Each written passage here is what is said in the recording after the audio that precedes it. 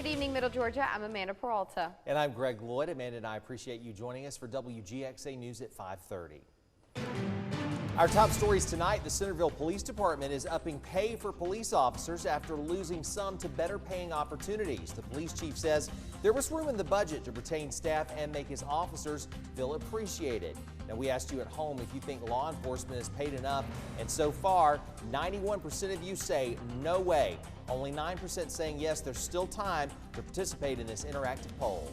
Bibb deputies say they're investigating a break-in at the jail. Early Monday morning, deputies spotted a man on surveillance camera as he used bolt cutters to get inside the fence. Investigators believe he was dropping off contraband. The sheriff's office is still investigating.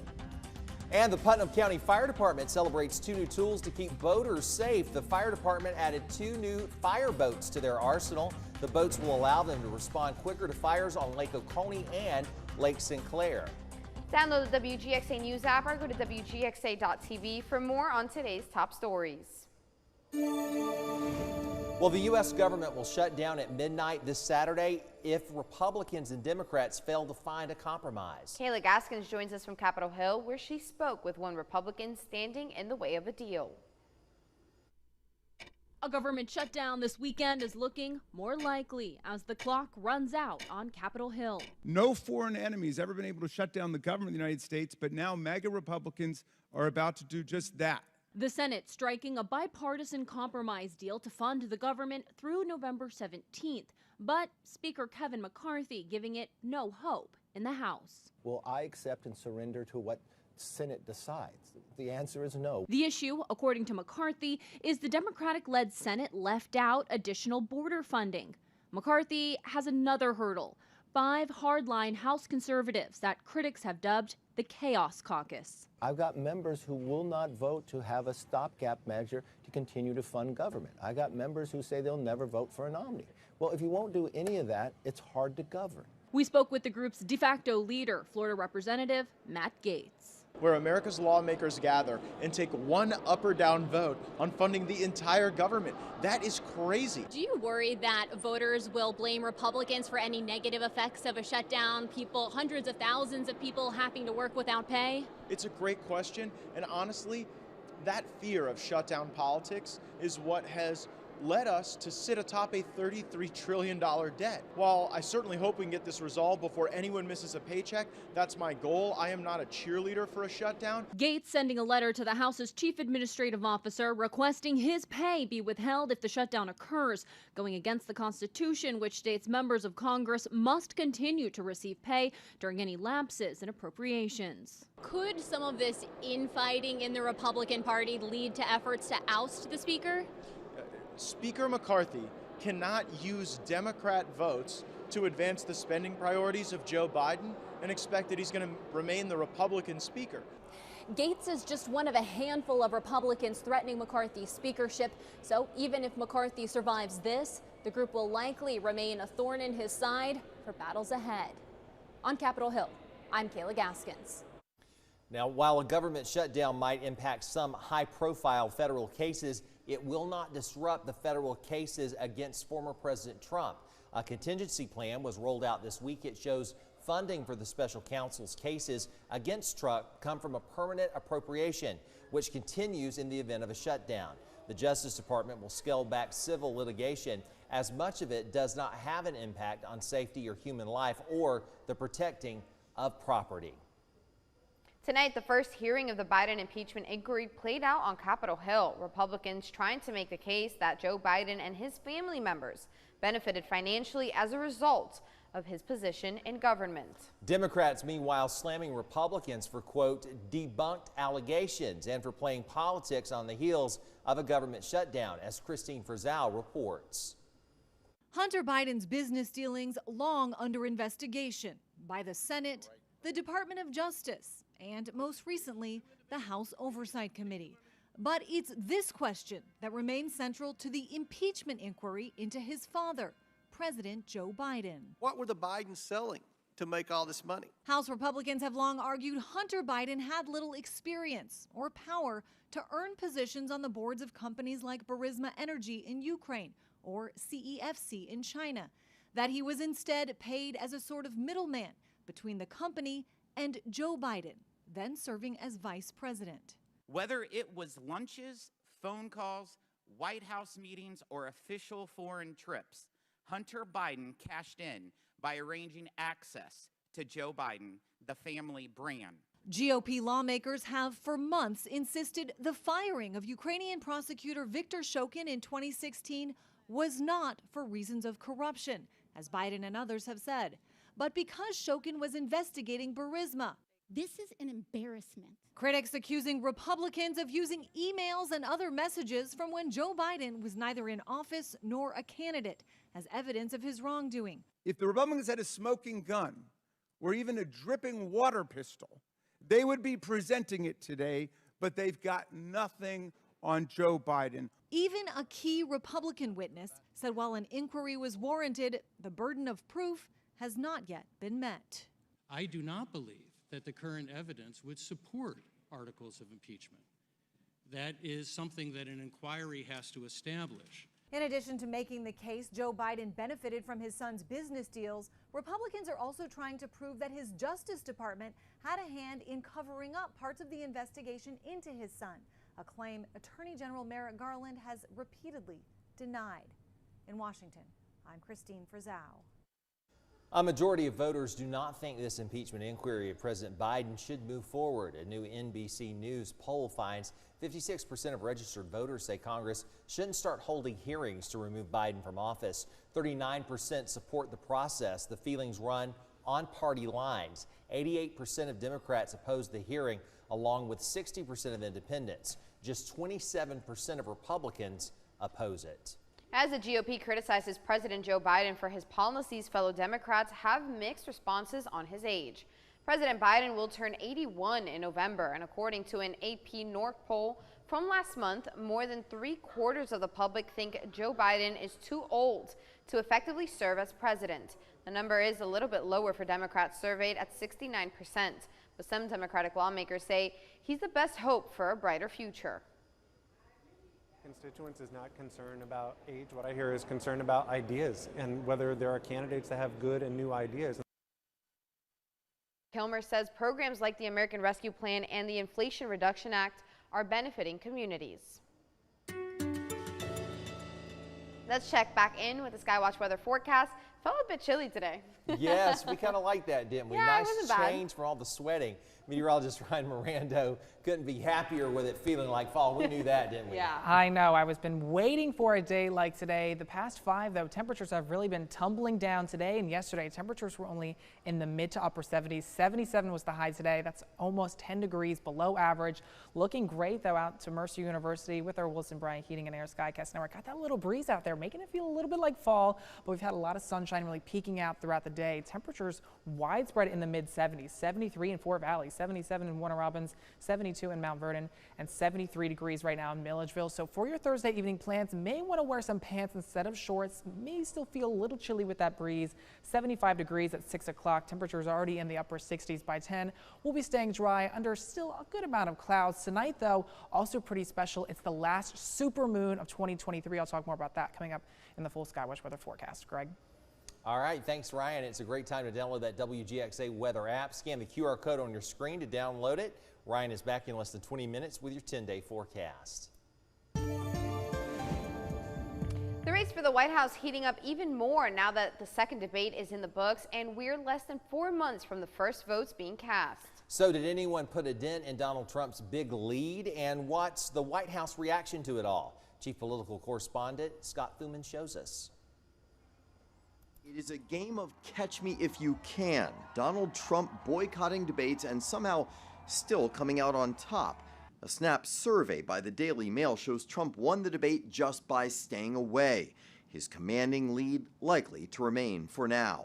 Trump calling the debate little more than auditions for his future administration. They're all job candidates. They want to be in the, they'll do anything. Secretary of something. They even say VP. I don't know. Does anybody see any VP in the group? I don't think so. His team tweeting out the debate was boring and inconsequential. Nothing that was said will change the dynamics. And the RNC should immediately put an end to any further primary debates. But voters are still shopping around. Just 1/5 of them in Iowa and only about 1/4 in New Hampshire say they're considering Trump and no one else. We can't trust you. We can't trust you. And while Nikki Haley delivered another strong debate performance, there was also good news for Ron DeSantis in that Daily Mail survey, who viewers called the most presidential and most competent on stage. Donald Trump is missing in action. He should be on this stage tonight. He owes it to you. In other words, don't declare his candidacy dead just yet, especially since Trump's perceived triumphs often are accompanied by troubles. On Monday, another hearing in the $250 million civil fraud trial in New York for allegedly inflating the value of his property and assets, and President Biden painting a gloomy picture of what another Trump presidency would bring. Democracy should unite all Americans, regardless of political affiliation. And there's something dangerous happening in America now. There's an extremist movement that does not share the basic beliefs in our democracy, the MAGA movement. Biden's plea to hold on to the White House. In Washington, I'm Scott Thuman. The White House will announce an executive order on artificial intelligence in the coming weeks. President Biden says his administration will take executive action this fall. Biden made the comments yesterday during a meeting of the presidential advisors on science and technology in San Francisco. Bipartisan legislation, so America leads the way toward responsible AI innovation. Did not expand on the contents of that executive order, but it's expected to build on an earlier proposal for an AI Bill of Rights. He notes he wants to harness the power of AI while also protecting people from the profound risks that it does indeed present. And tonight, Hell's Kitchen kicks off its newest season. Here's a sneak peek of what you'll see tonight at 8 on Fox 24. Give me an insight to the beginning of this journey. How did it start? I fell into a pizzeria, and then that was the first time I'd actually started to work in a kitchen. What does that say about you? I've always been really competitive in my life. I played sports growing up. Play sports still? What sports do you play? Yes, chef. I'm actually a professional Quidditch player. Oh, God. A professional British what? Quidditch player, like from Harry Potter. Ain't no way. Let me get this right. You run around with a broom between your legs holding a ball. Yep. You do. So sorry, does anyone else play Quidditch? No, chef. No. Right on your broom there, big boy. Go ahead. Wow. Okay, the dish. What are you cooking? What is this? So this is homemade biscuits with a sausage gravy and a strawberry lemon jam underneath. This is getting weirder and weirder. Oh my gosh, what is happening? Does that look appetizing? No. Yeah. Oh my God. It looks like vomit. Oh.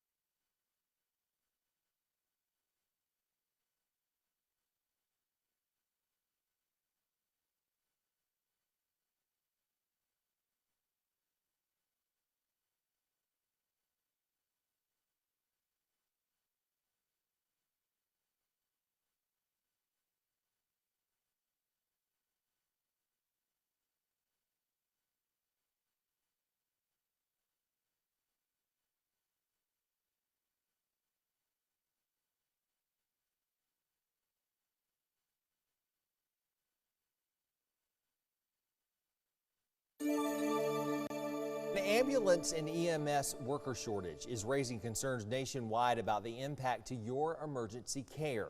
Dee Dee Gatton takes a look at what's happening and why. There's been a historical staffing challenge with ambulances, EMTs, and paramedics.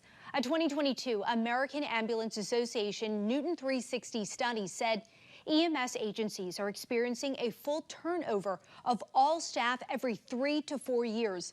On top of that, according to EMS One, before the pandemic, lead times for new ambulances ranged from 90 to 120 days from order to delivery. At the time of the report in August of last year, they said the wait is now 24 months and longer.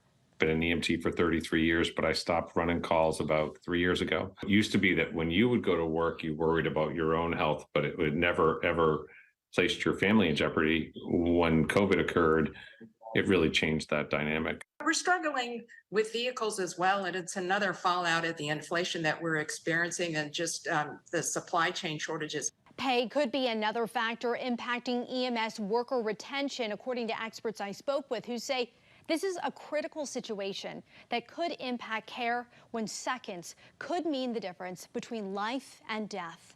Reporting for the National Desk, I'm Dee Dee Gatton. It felt a little bit like fall today, but it's Thursday, so let's skip over tomorrow and head straight for the weekend. Lots of sunshine. The forecast is looking really nice. 87 degrees on Saturday. It will be a little bit warmer. Sunday's the first day of October, warming up. High of 86 degrees, and the humidity will also stay in check with really no rain chances for the next 10 days or so. So let's go live on our Wilson Bryant Heating and Air Skycast Network. Looking out to Dublin, we have a few high thin cirrus clouds out there, but more breaks of sunshine today, but it has been rather cool. Temperature right now 73 degrees, and we've had a breeze out of the east northeast, really keeping things almost feel a little chilly. Temperatures currently 76 in Macon, 73 in Forsyth, 72 in Edenton, and 72 degrees right now in Perry. But those winds have been out of the northeast, sustained anywhere from about 3 or 5 up to about 15 miles per hour. So we have had a little bit of that breeze for most of the day. Satellite and radar, though, showing some of these high thin clouds are streaming out of the southwest. Some showers and storms over Tennessee. Those are falling apart. So really no rain for us tonight. It's going to be a very comfortable night under a clearing sky, refreshing down to 60 degrees. So feeling a little bit cool for tomorrow morning. But tonight is the last supermoon of 2023. It's the harvest moon. We're getting to the end of the growing season. We're getting ready to harvest our crops, but it's a supermoon, so it's going to appear larger and brighter in the sky. The moon rises at 7:12, so for the peak largeness to see the moon, it'll be about 30 minutes after about 7:45 tonight, but it'll be peaking into the overnight hours on Friday morning. If you miss the sighting tonight, you'll have to wait till the end of next summer before our next supermoon. For the day tomorrow, looking pretty nice. Grab the sunglasses. 61 degrees at 7 o'clock, 82 degrees by 1, going for a high of 85 degrees. So temperatures tomorrow about 8 degrees warmer than today. But looking out for the high school football games, also really nice. 80 degrees at kickoff time. A few clouds still out there. 70 degrees by halftime. Temperatures in the mid-60s by the end of the game, but not going to have to worry about any rain. And then we're heading into a very dry air mass over the next really 10 days or so. The humidity is going to be staying in check. Dew points generally below 65 degrees, so most days going to be either pleasant or refreshing, and we really have no rain chances looking out either. It's pretty typical, though, for the beginning of October for more of this drier pattern. And in your 10-day forecast, mostly sunny for your Friday. Great day for some sunglasses. A little bit warmer tomorrow, up to 85 degrees. Seasonable, though, for this time of the year. This weekend, it's looking really nice for any outdoor activities. 87 degrees on Saturday. Sunday is the first day of October. Sunny with a high up to 86 degrees. Comfortable humidity, and really no changes in the forecast next week. Things are going to be very quiet, very dry, with lots of sunshine. Monday, sunny, 85 degrees. Tuesday, sunny, also 85. Wednesday, copy-paste the forecast, mostly sunny, 86. Next Thursday, mostly sunny, 85. With a lot of these clear skies, we will have some cool mornings next week where they drop down into the upper 50s. So may want to break out a little bit of that jacket for mornings heading back to work for next week. And lastly, here's your Harrison's Body Shop Fishing Game forecast. Peaks in the excellent category at 2:20 a.m. and 2:40 p.m. Don't forget about that full moon. We'll be right back.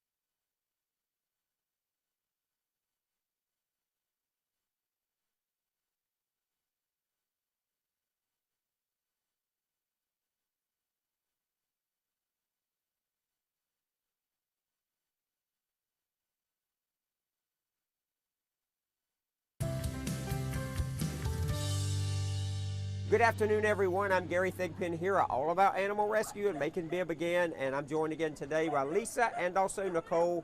And guess who we're going to talk to you about today? We have a celebrity. Oh, a celebrity. What's his name? We have Rambo here today. Rambo. A lot of you will remember last year, Rambo was at a high kill shelter, and they were begging somebody to please come get him. And we, All About Animals, rescued him. And we had a lot of, he had a lot of attention at that time, but since then, no adoption inquiries. So we can't understand why. And don't let the name fool you, because Rambo makes you think of a big tough, like the actor on TV and everything, or the movie, but look at how calm Rambo is. So he would make a great pet and a great addition to your family. So if someone would like to adopt, now, before we mention that, we want to say he's good with other dogs, and even with cats, we hear. Yeah. Great with my dogs of all sizes and cats of all sizes. So if you find a dog that's good with other dogs and cats, that's a plus. It's a plus. So Lisa, if someone would like to adopt Rambo, how do they go about doing that? Y'all, please, let's get Rambo a home. Let's get him a forever home. Message us on Facebook, All About Animals Rescue, and let us know you saw Rambo on TV and you would love to set up a meet and greet. Look at that beautiful face and that boy there. So would you like to add him to your family and your home? Let's go ahead and get online and do that today. All About Animals Rescue on Facebook. Thank you so much, Lisa and Nicole. Thank you. We appreciate it.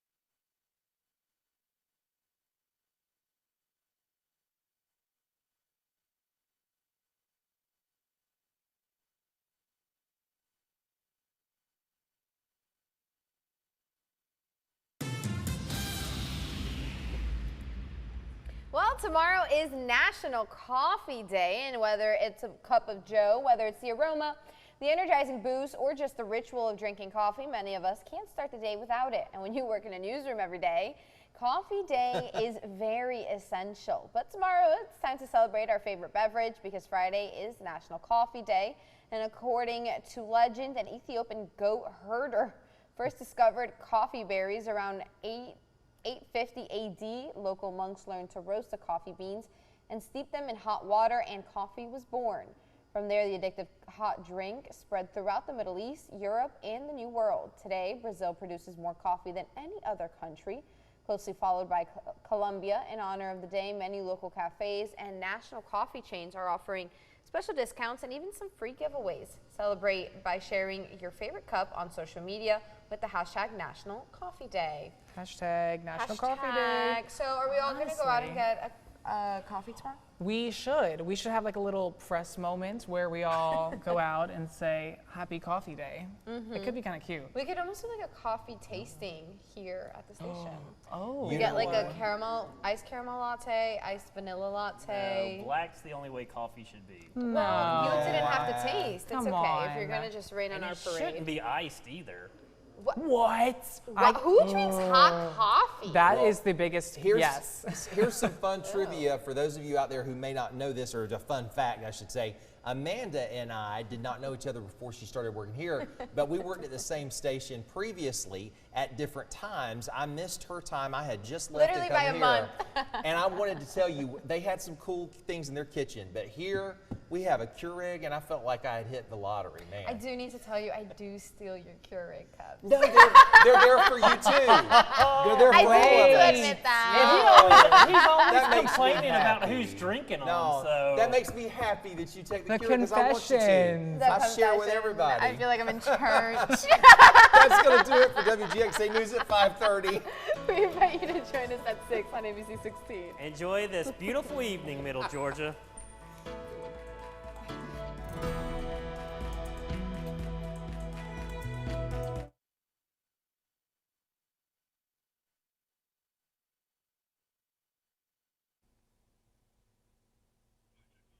Mic check 1 2 3 10.